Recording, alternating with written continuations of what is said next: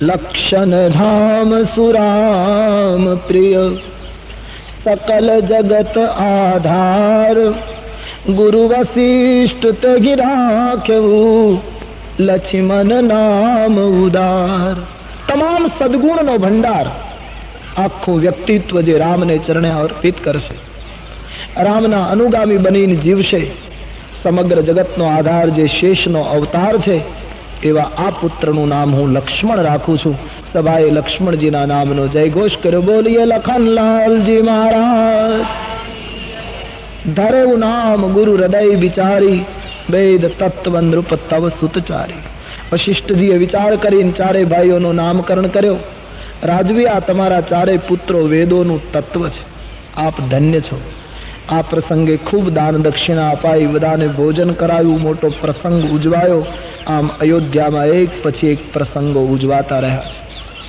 ચારેય બાળકોને પામીને માતાઓ ધન્ય બની છે। એક દિવસની કથા તુલસીદાસજીએ લખી। એક બાર जननी अनवाई, एक बार जननी अनवाई, करी श्रृंगार पलना पौढ़ाई, करी श्रृंगार पलना पौ। निज कुल इष्ट देव भगवाना, निज कुल पूजा हेतु किन स्नाना, पूजा हेतु किन स्नाना। एक વાર તુલસી કહે કૌશલ્યાજીએ રામજીને દૂધ પીવડાવી, સુંદર નાના નાના પિતાંબર પહેરાવી અને પારણામાં લોરી સંભળાવીને સુવડાવી દીધા। રામ સૂઈ ગયા બાળ સ્વરૂપમાં। કૌશલ્યામાને થયું, મારા કુળદેવ મારા ઈષ્ટદેવની પૂજા બાકી છે, તો લાવ સ્નાન કરીને પૂજા કરી લો। માતાજીએ બાળકને સુવડાવી, સ્નાન કરી, પૂજાના વસ્ત્રો પરિધાન કરી ઠાકોરજીની પૂજા કરી। રામાયણના બધા પાત્રો સગુણ ઉપાસક છે। કૌશલ્યાજી ઠાકોરજીની પૂજા કરે છે, દશરથજી શંકરજીના ઉપાસક છે। આશુતોષ તુમ અવઢરદાની એ શિવજીની ઉપાસના। રામાયણના બધા પાત્રો લગભગ સગુણ ઉપાસક દેખાય છે। જનક મહારાજ પણ છેલ્લે છેલ્લે સગુણ તરફ ઢળ્યા છે અને વિશ્વામિત્ર જેવા મહાપુરુષ પણ સગુણના ઉપાસક દેખાય છે, કારણ કે પૂજા માટે રામ પુષ્પ લેવા ગયા અને રામે પૂજાના પુષ્પો આપ્યા। પુષ્પની વાત હંમેશા સગુણ ઉપાસનામાં જ આવી શકે, બધા સગુણ ઉપાસક છે। તો માં ઠાકોરજીની પૂજા કરે છે। ઘરની અંદર સરકારનું ભગવાનનું મંદિર છે। ઠાકોરજીને થાળ ધર્યો, રસોડામાંથી પકવાન વગેરે જે કંઈ બનાવ્યું હતું એ લઈ આવ્યા।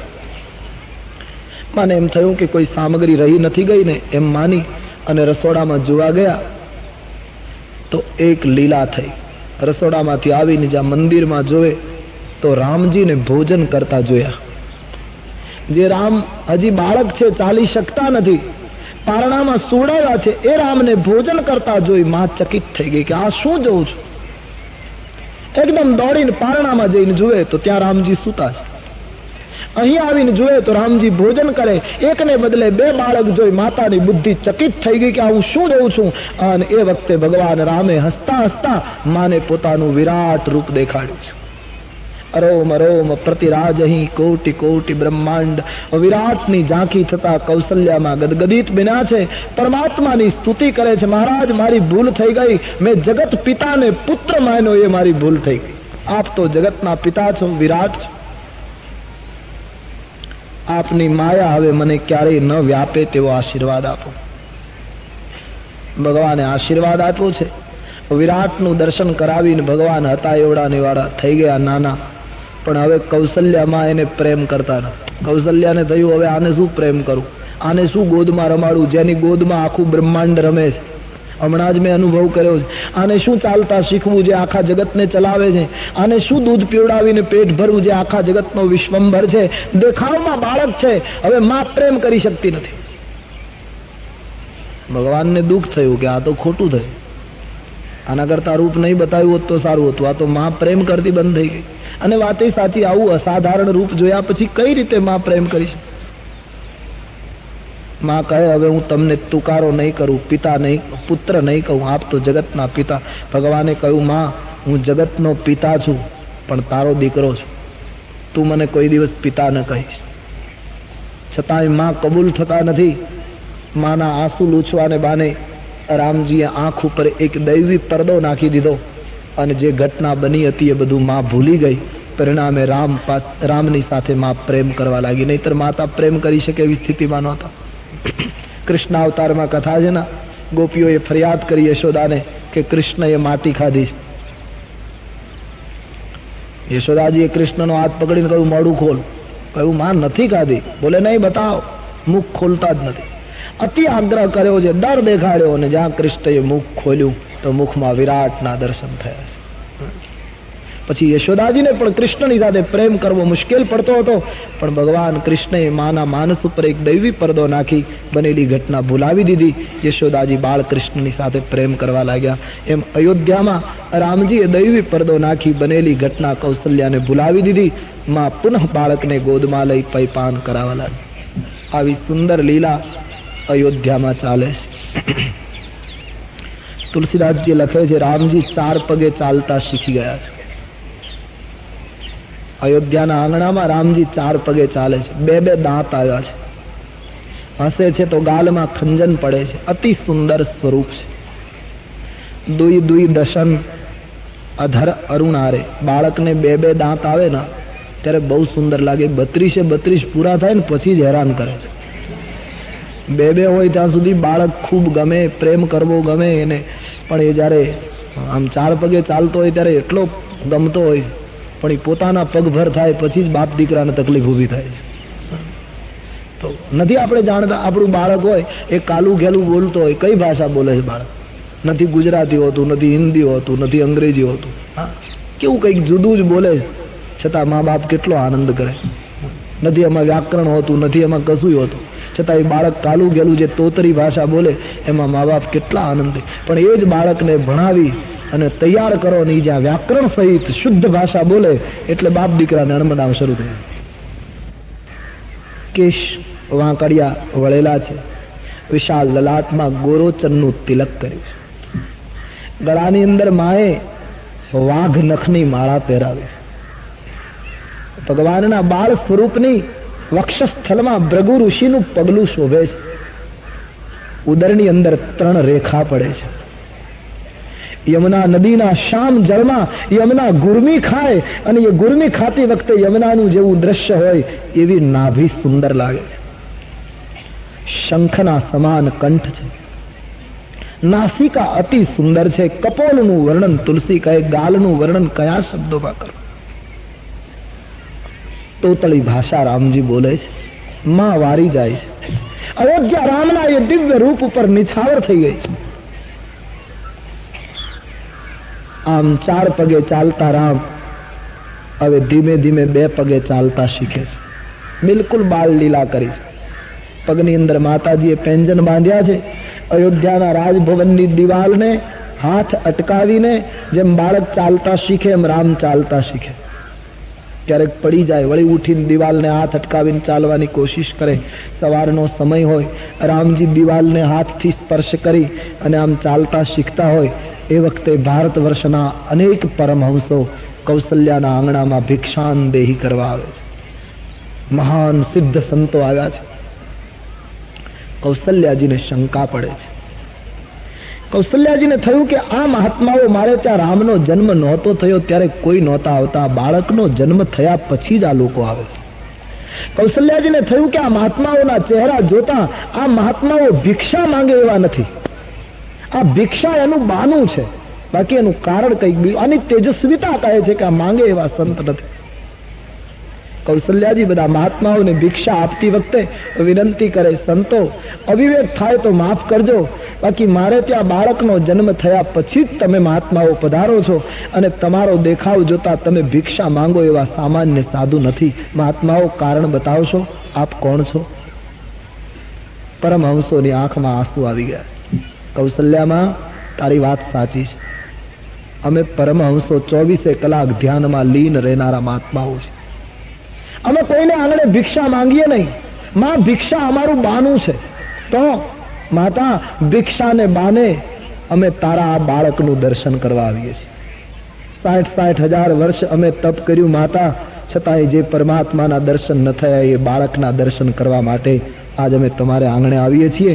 અને કૌશલ્યાજી, આ તમારો બાળ રામ દિવાલને હાથ અટકાવીને ચાલતા શીખે છે.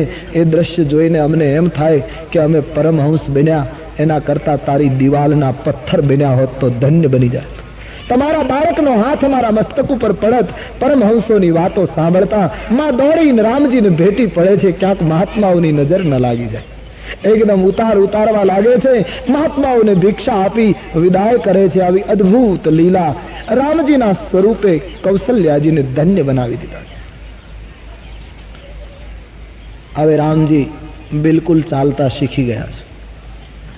બાળક ભાઈઓની સાથે અને પોતાના ઉંમરના બાળકોની સાથે આંગણામાં રમતા હોય છે, ગલીઓમાં. શરીર ધૂળવાળું થયું હોય છે. ભૂખ લાગે એટલે દોડતા દોડતા આવે. બડી સુંદર લીલા કરતે હે સરકાર. ઉત્તરકાંડમાં તો બહુ લખ્યું છે.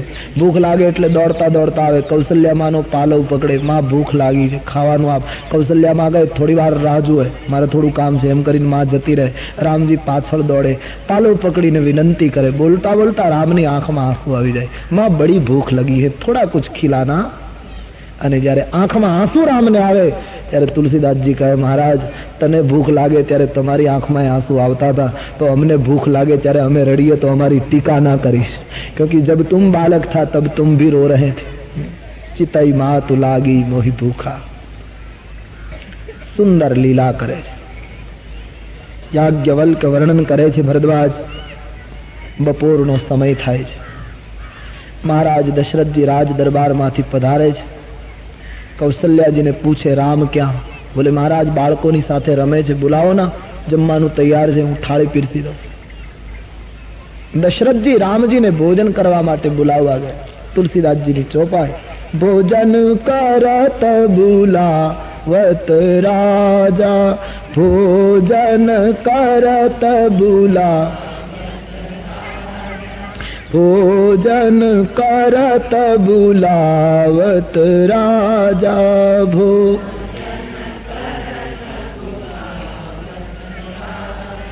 નહીં આવત તજી બાલ સમાજા, નહીં આવત તજી બાલ, નહીં આવત તજી બાલ સમાજા.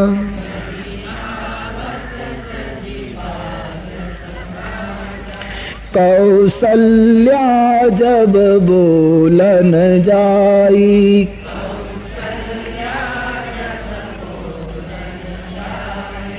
कौसल्या जब बोलन जाई,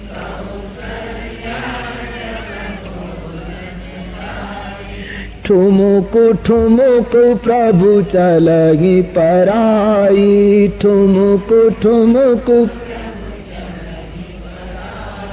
निगमनेति शिव अंतन पावा, निगमनेति शिव, निगमनेति शिव अंतन पावा.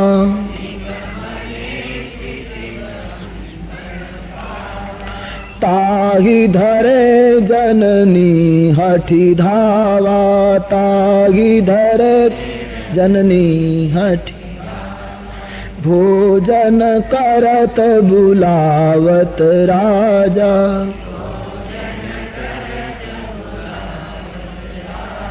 મહારાજા દશરથજી રામને ભોજન માટે બોલાવવા ગયા તો ઉભા રહીને સાદ પાડે, રામ ભોજન માટે આવ. તો રામજી આવતા નથી. પિતા બોલાવે અને પુત્ર ન આવે તો મર્યાદાનું ઉલ્લંઘન કહેવાય. રામનો અવતાર મર્યાદા પુરુષોત્તમનો અવતાર છે. અને દશરથજી એને બોલાવવા ગયા જમવા માટે અને રામ આવતા નથી એમ લખ્યું તો મર્યાદા તૂટી ગણાય. પણ તુલસીદાસજી કહે નહીં,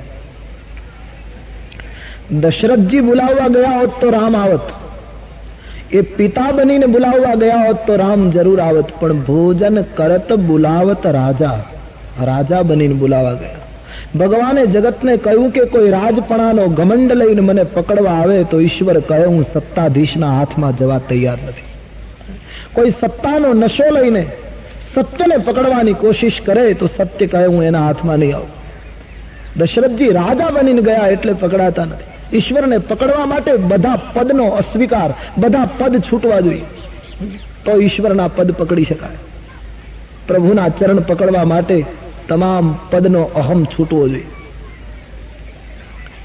બીજું કારણ દશરથજીથી રામ પકડાતા નહોતું એનું કારણ એ બોલાવતા હતા ખરા પણ દોડતા નહોતા. રામ રામ એમ બોલાવતા હતા, પુકારતા હતા, દોડતા નહોતા. તુલસી કહે ઈશ્વરને પકડવા માટે કોઈ રામ રામ બોલ્યા કરે તો આનંદ જરૂર થાય, ઈશ્વર દેખાય પણ ખરો, પણ જ્યાં સુધી રામ રામ બોલતા બોલતા માણસ રામ માટે દોડે નહીં ત્યાં સુધી રામ નહીં પકડાય. રામ રામ જપતા જપતા રામની યાત્રા પણ કરો. રામ માટે પ્રવૃત્ત બનવાની વાત છે. દશરથજીના હાથમાં રામ આવ્યા નહીં. એમણે કૌશલ્યાજીને કહ્યું દેવી તમે બોલાવો. કૌશલ્યાજી બોલાવવા ગયા ત્યારે રામજી પગના પેંજનને ખનકાવતા દૂર જતા રહ્યા. કૌશલ્યાજી એકદમ આડા ફરી અને વેદ જેને નેતિકાએ શંકર જેનો અંત ન પામે એ રામને કૌશલ્યામાં પકડી લીધા. દશરથજીની ગોદમાં કૌશલ્યાજી પકડી શક્યા એનું કારણ કૌશલ્યાજી દોડ્યા. ખાલી રામ નામનો જપ કર્યા કરો એટલું પૂરતું નથી. જપની સાથે ઈશ્વર માટે થોડું ચાલો. આપણા સંસારના વ્યવહાર માટે તો આપણે ઘણી પ્રવૃત્તિ કરીએ છીએ, ઈશ્વર માટે આપણે કેટલું કરીએ છીએ? સત્ય માટે, આ દેશની પરંપરા માટે, આ દેશની અસ્મિતા માટે આપણે કેટલું ચાલ્યા? પોતા માટે તો આખું જગત કરે, એમાં શું નવાય? રામ માટે દોડવાની વાત. કૌશલ્યાજી પકડી શક્યા કારણ કે તાહી ધરે જનની હઠી ધાવા, દોડીમાં और पकड़ पाई. ત્રીજા અર્થમાં કહું તો દશરથજી જ્ઞાન છે, કૌશલ્યાજી ભક્તિ છે. જ્ઞાન ઈશ્વરને જાણી શકે, જોઈ શકે, પુકારી શકે, પણ જ્ઞાનની ગોદમાં ઈશ્વર ભક્તિના સહકાર વગર આવતો નથી. ભક્તિ જ્યાં સુધી મદદ ન કરે ત્યાં સુધી જ્ઞાનીઓને ઈશ્વરનો આનંદ પરિપૂર્ણ મળતો નથી. ભક્તિની જરૂર છે. કૌશલ્યામાં ધૂળવાળું શરીર રામજીનું એકદમ ઊંચકી લીધા, દશરથજીની ગોદમાં બેસાડ્યા. મહારાજ દશરથજીને થાળી પીરસી, ગોદમાં બેઠેલા રામ અને અવધપતિ બંને જમવા લાગ્યા. જમતા જમતા દશરથજીની દ્રષ્ટિ રામ ઉપર છે ત્યાં સુધી રામજી ગોદમાં રહ્યા, પણ જમતા જમતા રામ ઉપરથી દ્રષ્ટિ હટી ગઈ અને ભોજનના સ્વાદ ઉપર જ્યારે દ્રષ્ટિ કેન્દ્રિત થઈ તો રામ ગોદમાંથી છટકી ગયા.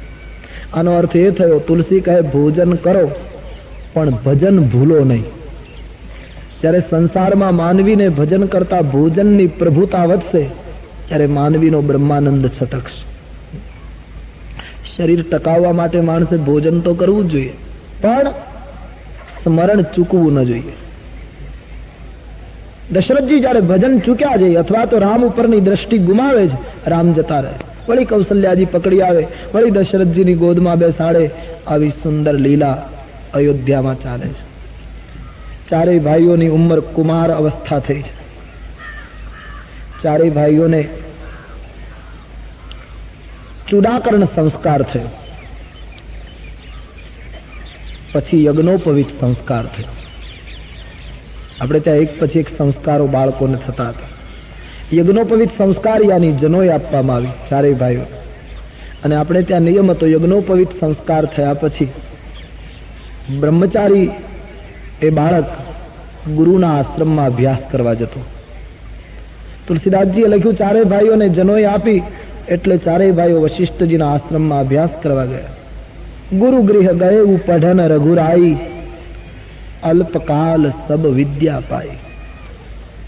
સમ્રાટના સંતાનો એક તપસ્વીના આશ્રમમાં રહેવા ગયા વિદ્યા મેળવવા માટે. આવી રીતનો વિદ્યાભ્યાસ ભારતની સંસ્કૃતિમાં હતો. વશિષ્ઠજી સમ્રાટને ઘરે ભણાવવા નથી ગયા. સમ્રાટના સંતાનોએ વશિષ્ઠજીની પાસે જવું પડ્યું. અત્યારે આખી પદ્ધતિ ફરી ગઈ. દેશકાળને અનુસરીને એની ટીકામાં આપણે ન જઈએ કદાચ, પણ વિદ્યાભ્યાસ કરવા માટે તો ગુરુની પાસે જ જવું જોઈએ. અત્યારે તો કેટલી કંગાળ દશા આવી ગઈ. જેના શ્વાસોશ્વાસમાં 4 વેદ, એને શું ભણવું પડે? પણ જગતને બતાવ્યું કે હું પણ કોઈ ગુરુના આશ્રમમાં રહીને વિદ્યાભ્યાસ કરું છું, જીવનમાં ગુરુની જરૂર છે. આમ રામજીએ બતાવ્યું. તમામ વિદ્યાથી સંપન્ન બની ચારેય ભાઈઓ અયોધ્યા આવ્યા છે.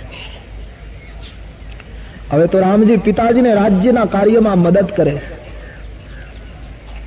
ભણ્યા છે અને જીવનમાં ઉતાર્યું છે. પ્રાત કાલે ઉઠી કે રઘુનાથા, માતુ પિતા ગુરુના વહી માથા. રામજી કેવલ માતૃદેવો ભવ પિતૃદેવો ભવ એમ પાઠ નહોતા કરતા, આચરણમાં મૂક્યું છે. સવારમાં માતા પિતાને વંદન કરે, ગુરુને પ્રણામ કરે, સંધ્યા કરે, શંકરજીની પૂજા કરે. આ બધું રામજી કરે છે. જગતને બતાવ્યું હું બ્રહ્મ છું તો પણ બધું કરું છું. માણસે જીવનમાં કંઈક કરવું જોઈએ. મોટે ભાગે ધર્મની વ્યાખ્યા થઈ, ધર્માચરણ ઘટી ગયું. પરિણામે આટલી મોટી ધર્મનો આદેશ છતાં અશાંતિનો અનુભવ થાય. ભગવાન રામ પિતાને મદદ કરે છે. પહેલેથી રામ અને લક્ષ્મણની જોડી છે, ભરત અને શત્રુઘ્નની જોડી. એક શામ એક ગૌર, એક શામ રામજી શામ લક્ષ્મણ ગૌર, ભરતજી શામ શત્રુઘ્ન ગૌર. આ 2 જોડી અયોધ્યાની રાજમાર્ગ ઉપર નીકળે, લોકો ઉત્સવ મનાવે, આનંદ વિભોર બને. ચારે ભાઈઓએ અયોધ્યાને શીલથી જીતી લીધી. સુંદર આચરણ છે રામજીનું, દિવ્ય સદાચાર છે રામનો. રામ જેવો પુત્ર સંસારમાં કોઈ થયો નથી, થશે નહીં. રામજીએ જે પાત્ર ભજવ્યું છે પોતપોતાની પાત્રતામાં એ બિલકુલ અખંડ ઉતર્યા છે. રામજીની સામે દશરથજી જોઈ નેત્રમાં આંસુ આવી જતા હતા. પુત્રનું રૂપ જોઈ, પુત્રની સૌમ્યતા જોઈ, પુત્રનું આચરણ જોઈ પિતા ખૂબ પ્રસન્ન બને. પુત્રની વ્યાખ્યા જે છે, જે પોતાના જીવનથી માતા પિતાને સંતોષ આપે. જે પુત્ર માતા પિતાને સંતોષ ના આપે એ પુત્ર પુત્ર નથી. ભારતીય વ્યાખ્યા પ્રમાણે તુલસીદાસજી વર્ણન કરે છે. દિવ્ય શીલથી અયોધ્યા વશીભૂત થઈ છે. ક્ષત્રિય છે. રાજકુમારોની સાથે ઘોડા ઉપર બેસીને રામજી મરગિયા કરવા નીકળે, શિકાર કરવા નીકળે, એવું લખ્યું છે. ઘણી વખત એમ થાય કે ભગવાન શિકાર કરે તો એ ક્યાં સુધી સારું કહેવાય. પણ રામાયણમાં લખ્યું છે મૃગને મારે છે. મારેલો મૃગ દશરથજીને બતાવે, પિતાજી આ મૃગને મેં માર્યું. પણ તુલસીદાસજીએ સ્પષ્ટતા કરી કે ભગવાન શિકાર કરવા માટે મૃગને નહોતા મારતા, પણ અનેક શાપિત જીવો મૃગનું રૂપ લઈ લઈને અયોધ્યાના જંગલમાં ફરતા હતા. રામના હાથે મૃત્યુ પામીને એની મુક્તિ થવાની હતી, એવા મૃગની મુક્તિ માટે બાણ મારે. વેદના મંત્રો મૃગના રૂપ લઈ લઈને આવેલા, ઋષિ મુનિઓ મૃગના રૂપમાં આવેલા, ભગવાન એને બાણ મારી અને મુક્તિ આપે છે. જે મૃગ રામ બાણ કે મારે, જેને રામનું બાણ વાગતું હતું એ મૃગ શરીર છોડી પ્રભુના ધામમાં પહોંચે છે. એટલે એ શિકાર નહોતો, શરણાગતિ હતી. દિવ્ય લીલાથી અવધ ધન્ય બની ગઈ છે, રામમય બની ગઈ છે. જ્યારે જોઈએ ત્યારે રામની જ ચર્ચા અયોધ્યામાં થાય છે. આટલો સુંદર સદાચાર. ટૂંકમાં અવધની ગલી ગલી રામમય છે. ઓમ શ્રી રામ જય રામ જય જય રામ. ઓમ શ્રી રામ જય રામ જય જય રામ. ઓમ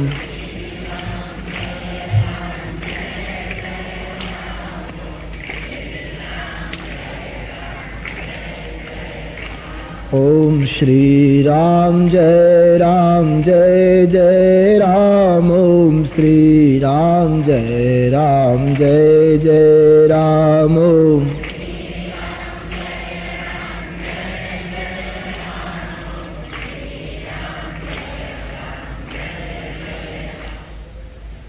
श्री राम जय जय राम. श्री राम जय जय राम.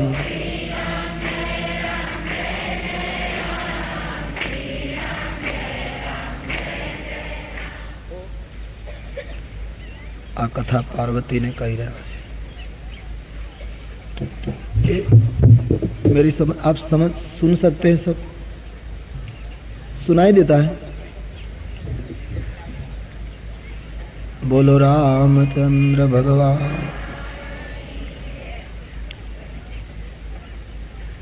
ભગવાન રામજીનું પ્રાગટ્ય થયું, પરમાત્માની બાળ ચરિત્ર, એમનો અયોધ્યાની એમની લીલા, યજ્ઞોપવિત સંસ્કાર, વિદ્યાભ્યાસ, આ બધું આપણે જોઈ ગયા. આપણે છેલ્લે પણ જોયું કે રામજીના શીલથી આખી અયોધ્યા વશ થઈ ગઈ. હવે પ્રકરણ બદલે છે. તુલસીદાસજી પ્રકરણને બદલતા સુંદર ચોપાઈઓ લખે છે. યહ સબ ચરિત કહા मैं गाई, यह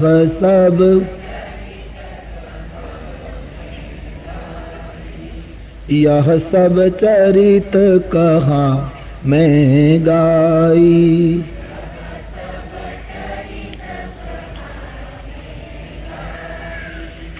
आगिल चरित सुनहु मन लाई, आगेल चरित सुनहु मन ला. તુલસીદાસજી કહે છે આ ચરિત્ર તો મેં આપને ગાઈ સંભળાયું, પણ હવે આગળનું ચરિત્ર સાંભળો. વિશ્વામિત્ર નામના એક મહાત્મા વનમાં નિવાસ કરે, સાધુ સંતોની સાથે યજ્ઞ યાગાદિ કરે અને એ યજ્ઞમાં અસુરો વિક્ષેપ કરે. એ વિશ્વામિત્રજીની કથા હવે શરૂ થાય છે. વિશ્વામિત્ર મહામુનિ જ્ઞાની,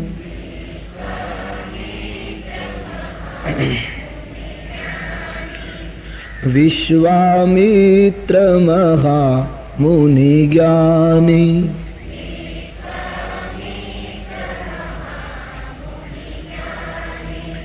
बसहि विपिन शुभ आश्रम जानी,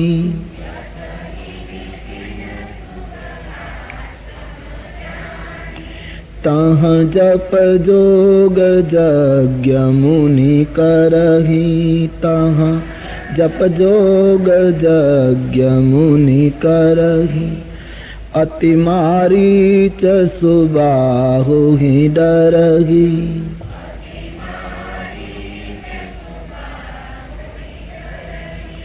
गादि तनय मन चिंता व्यापी, गादि तनय मन प्रभु बिनु मरहि न निशिचर पापी, प्रभु बिनु मरहि न निशिचर पापी. વિશ્વામિત્ર નામના સંત વનમાં નિવાસ કરે. વિશ્વામિત્રજીનું વ્યક્તિત્વ સમજવા જેવું છે. વિશ્વામિત્ર આમ તો મૂળ ક્ષત્રિય, ગાધી રાજાના પુત્ર, સમ્રાટ હતા પોતે. પણ એકવાર વશિષ્ઠજીને ત્યાં મહેમાન થયા અને વશિષ્ઠજીનો તપનો પ્રભાવ જોયા પછી એને એમ લાગ્યું કે હું સમ્રાટ છું, મારી પાસે આટલા સાધન સંપન્નતા હોવા છતાં વશિષ્ઠજીની પાસે જે શક્તિ છે મારા પાસે નથી. અને તેથી એને એમ લાગ્યું કે મારે શસ્ત્રો છોડી શાસ્ત્રનો અભ્યાસ કરવો જોઈએ, સાધના કરવી જોઈએ.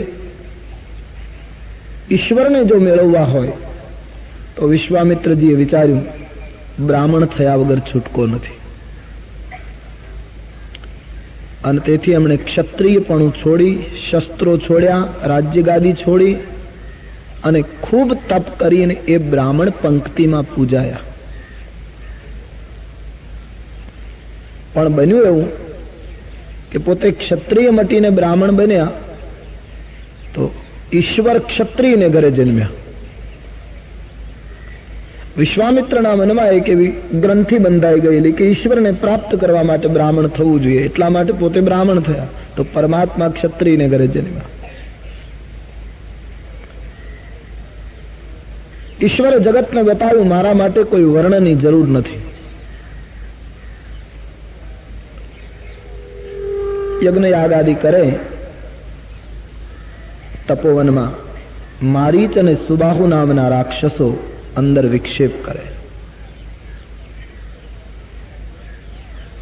શસ્ત્રો તો છોડી દીધા છે એટલે શસ્ત્ર લઈ શકતા નથી, નહીતર રાક્ષસોનો વિનાશ કરે. એક દિવસ વિશ્વામિત્રજીને ખૂબ ચિંતા થાય છે કે મારો યજ્ઞ અધૂરો રહે છે, રાક્ષસો પરેશાન કરે છે. એમણે ધ્યાનમાં જોયું તો ખ્યાલ આવ્યો ઈશ્વરનો અવતાર અયોધ્યામાં થઈ ચૂક્યો છે.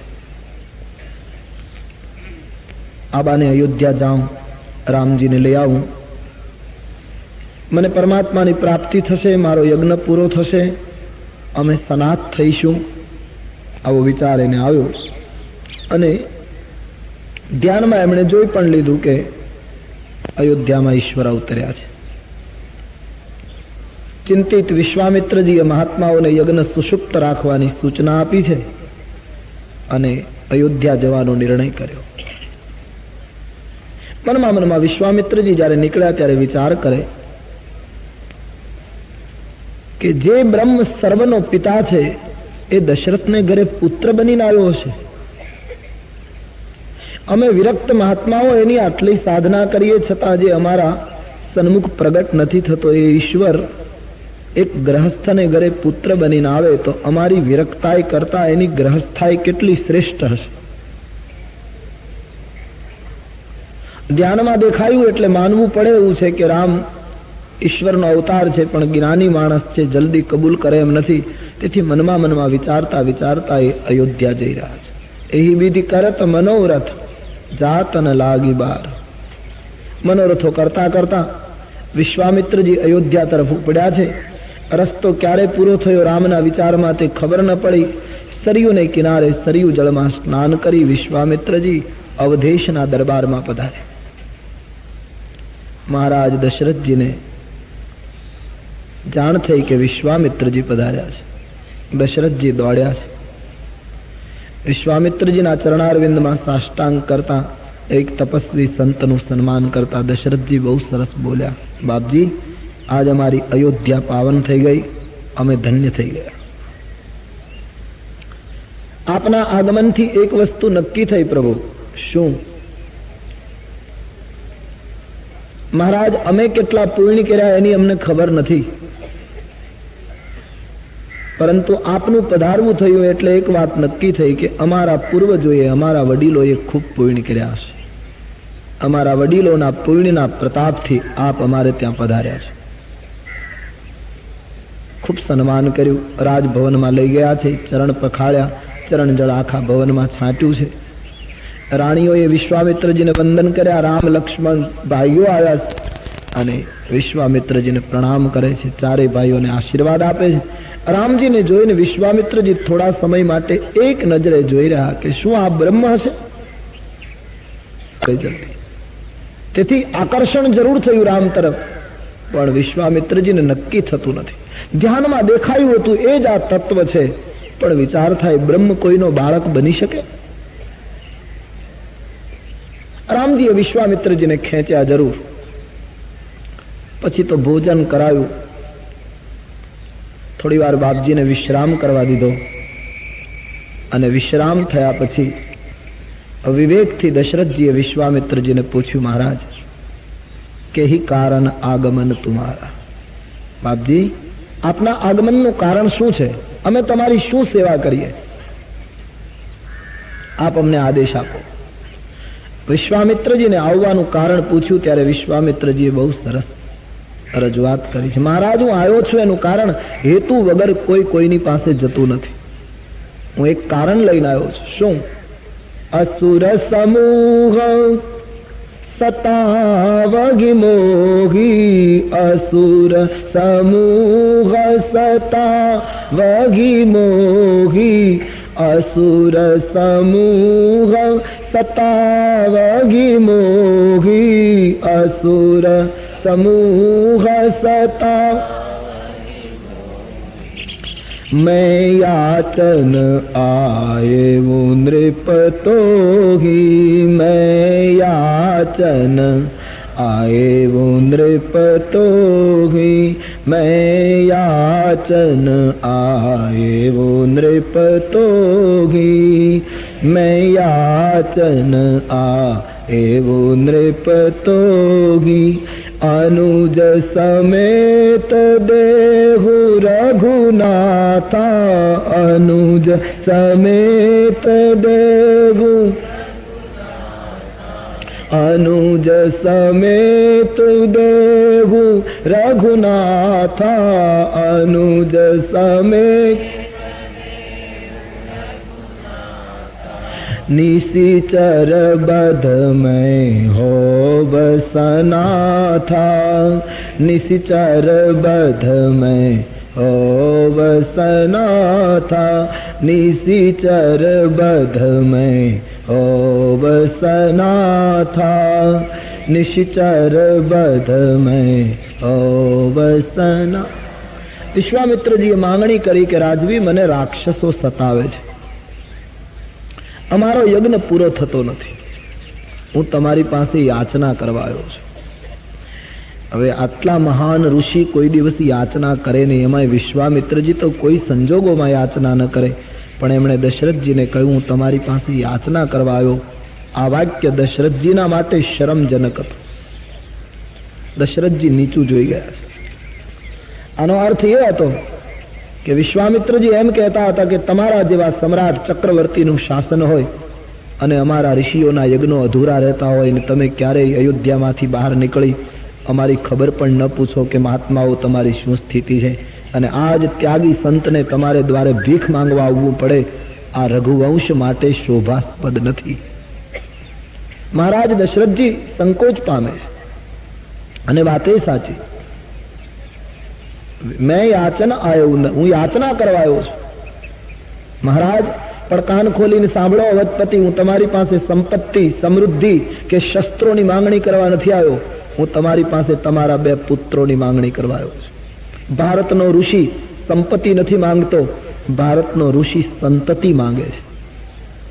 અમારા યજ્ઞની રક્ષા માટે, અમારા આશ્રમોની સલામતી માટે તમે જે નથી કરી શક્યા એ તમારા સંતાનો કરી શકશે. અને તેથી રામ અને લક્ષ્મણ મને સુપ્રત કરો. અનુજ સમેત દેહુ રઘુનાથ.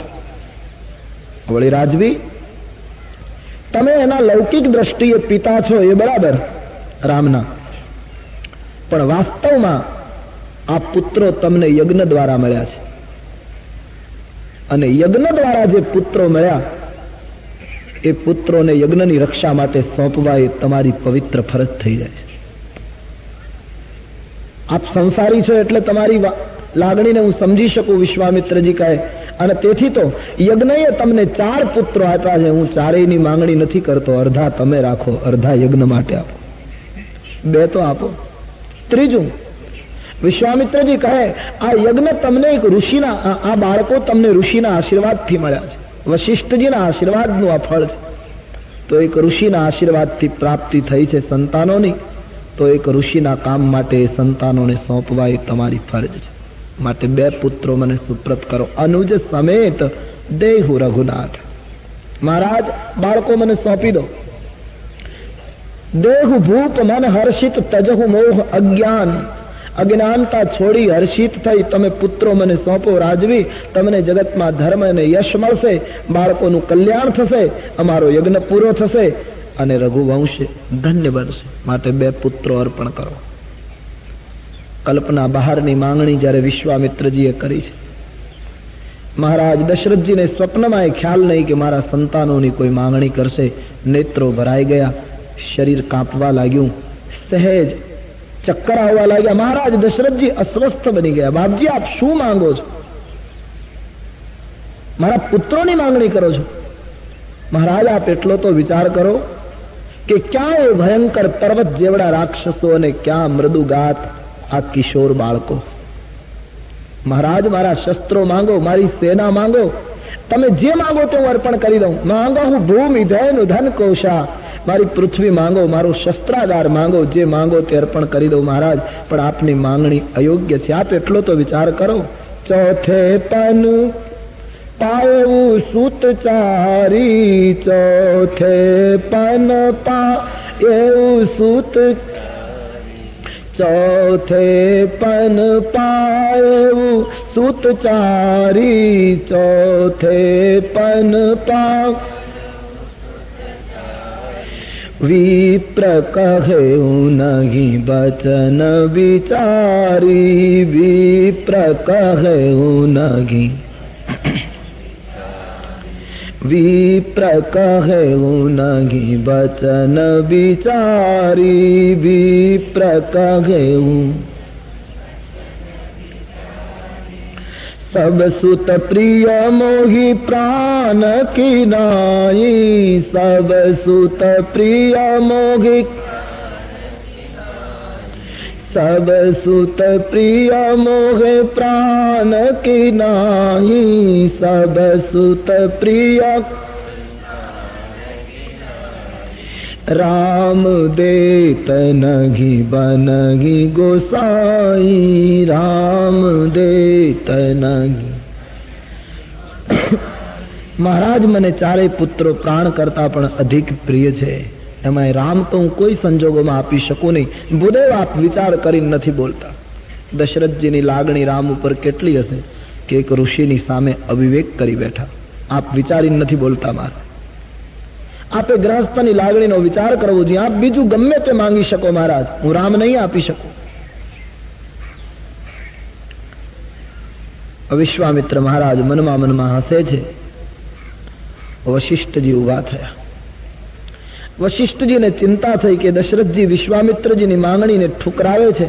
કદાચ વિશ્વામિત્રજી ગુસ્સો કરશે, કારણ કે આમે વિશ્વામિત્રજીને મારી સાથે સિદ્ધાંતની બાબતમાં મતભેદ છે, અને દશરથજી મારા યજમાન છે, એટલે વિશ્વામિત્રજી એનો અર્થ એવો કરશે કે મારા જે પ્રતિસ્પર્ધી વશિષ્ઠ એનો યજમાન મારી માંગણી ક્યાંથી સ્વીકારે, અને આ રોષ કદાચ દશરથ ઉપર ઉતારે તો મારા યજમાનનું અકલ્યાણ થશે. ગુરુને પોતાના શિષ્યની ચિંતા થઈ, એટલે વચ્ચે ઉભા થઈ અને દશરથજીને સમજાવી, એનો સંદેહ દૂર કર્યો.